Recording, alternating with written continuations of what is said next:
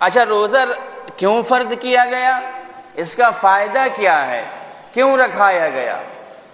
آخر وجہ کیوں ہے کہ اتنی دیر تک انسان کو بھوکا پیاسا رکھا جاتا ہے؟ فرمایا کہ لعلکم تتقون، تاکہ تمہاری روحانیت مضبوط ہو جائے، تاکہ تمہارے اندر روحانی صفات اجاگر ہو جائیں، تاکہ تمہارے اندر جو شیطانی صفات سال بھر کھا پی کر کے اور سال بھر نفسانی خواہشات پر عمل کر کر کے شیطانی صفات جو مضبوط ہو گئی ہیں، شیطانی صفات جو اجاگر ہو گئی ہیں، جو شیطانی صفات تمہارے اندر گھر کر گئی ہیں، شیطانی صفات کو اس مہینے روزہ رکھوا کر کے اور تراویح پڑھوا کر کے عبادت میں مشغول کروا کر کے ان صفات کو کمزور کروایا گیا اور توڑوایا گیا۔ لعلکم تتقون، سیدھا سا ترجمہ کیا؟ تاکہ تم تقوی اختیار کر لو، تاکہ تم متقی بن جاؤ، تاکہ تمہارے اندر نیکی کرنے کا مادہ زیادہ ہو جائے، نیکی کرنے کا مادہ مضبوط ہو جائے اور برائی سے بچ جاؤ۔ یہ ایک مہینہ روزہ جو رکھایا گیا، روزہ رکھا کر کے یہ عملی مشق کرائی گئی کہ تمہیں 11 مہینہ ایسے رہنا ہے۔ یہ روحانی فائدہ اس کا تو۔ اچھا جسمانی فائدہ ہم دیکھیں تو اب ڈاکٹرز کی رپورٹیں آ گئیں کہ جو چیزیں اسلام نے دی ہے، یہ جو چیز مسلمانوں کے پاس ہے کہ ایک مہینہ ان کا معدہ اور پیٹ جو خالی رہتا ہے، اس سے انسان کے زائد جو اجزاء اور جراثیم پیٹ کے اندر موجود ہو جاتے ہیں اور ان کا وجود ہو جاتا ہے، وہ سب ختم ہو جاتے ہیں۔ اچھا معنی بھی اس کے یہی ہوتے ہیں، صام یصوم، اگر عربی کے اندر ہم جائیں اور ترجمہ دیکھیں لغت کے تو اس کے معنی ہوتے ہیں جل جانا۔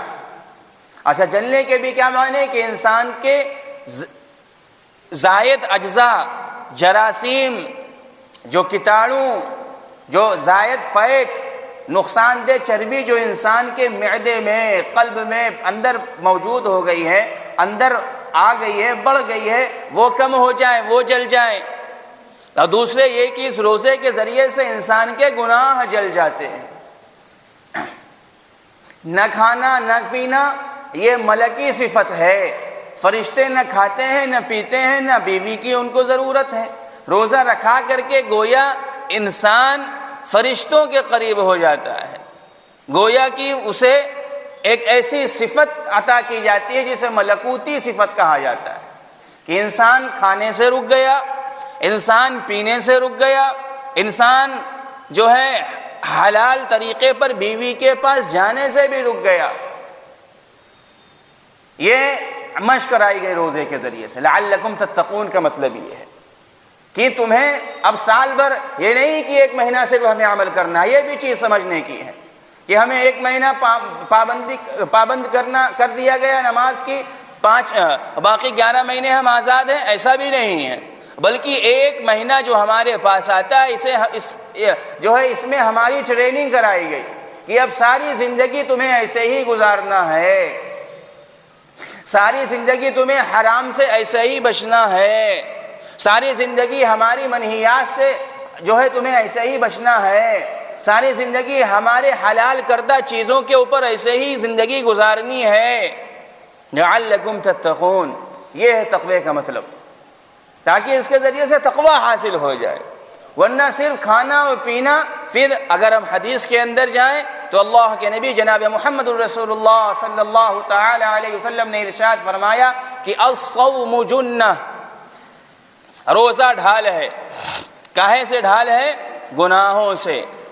انسان جب روزہ رکھتا ہے تو حرام چیزوں سے، غیبت سے، چغلی سے، دوسروں کی برائی کرنے سے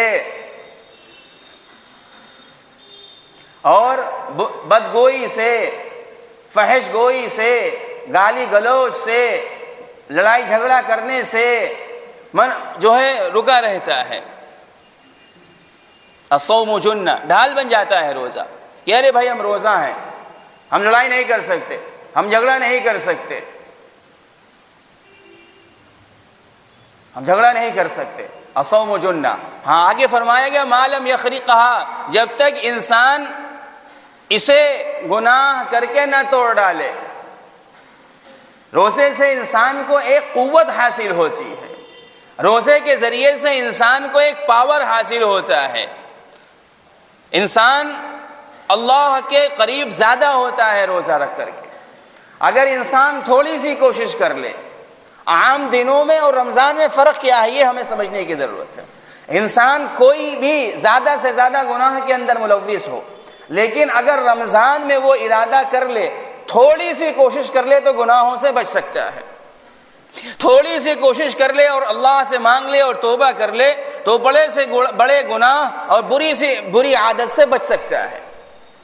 یہ روزے کا فائدہ ہے۔ الصوم جنہ، اگر اس کی آپ تفسیر کرتے چلے جائیں تو جو ہے اس کے معنی وسیع سے وسیع تر ہوتے چلے جائیں گے۔ الصوم جنہ، انسان کے اندر، دماغ کے اندر لڑائی کرنے کا مادہ پیدا ہو رہا، کسی کے اوپر غصہ آ رہا، اسے کچھ کہنے کا دل کر رہا، لیکن خیال آیا روزہ ہے، ارے چلو بھائی رمضان ہے، روزہ ہے چھوڑ دو، نہ کہا جائے روزہ ہے چھوڑ دو۔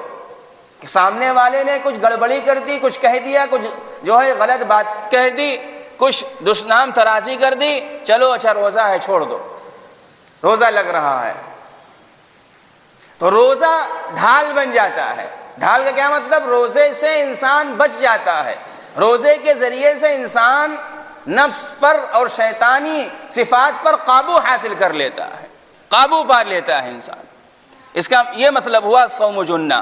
ہاں انسان خود نہ گڑبڑی کرے، اگر انسان خود گڑبڑی کر لے، دوسری روایت میں اللہ کے نبی علیہ الصلوۃ والسلام نے ارشاد فرمایا کہ جو جھوٹ سے نہ بچے، جو غیبت سے نہ بچے، جو بدگوئی سے نہ بچے، تو کوئی ضرورت نہیں ہے کہ وہ بھوکا پیاسا رہے۔ بھوکا پیاسا رہنا اللہ کو کوئی ضرورت نہیں ہے اور کوئی مطلب نہیں ہے کہ وہ بھوکا پیاسا رہے۔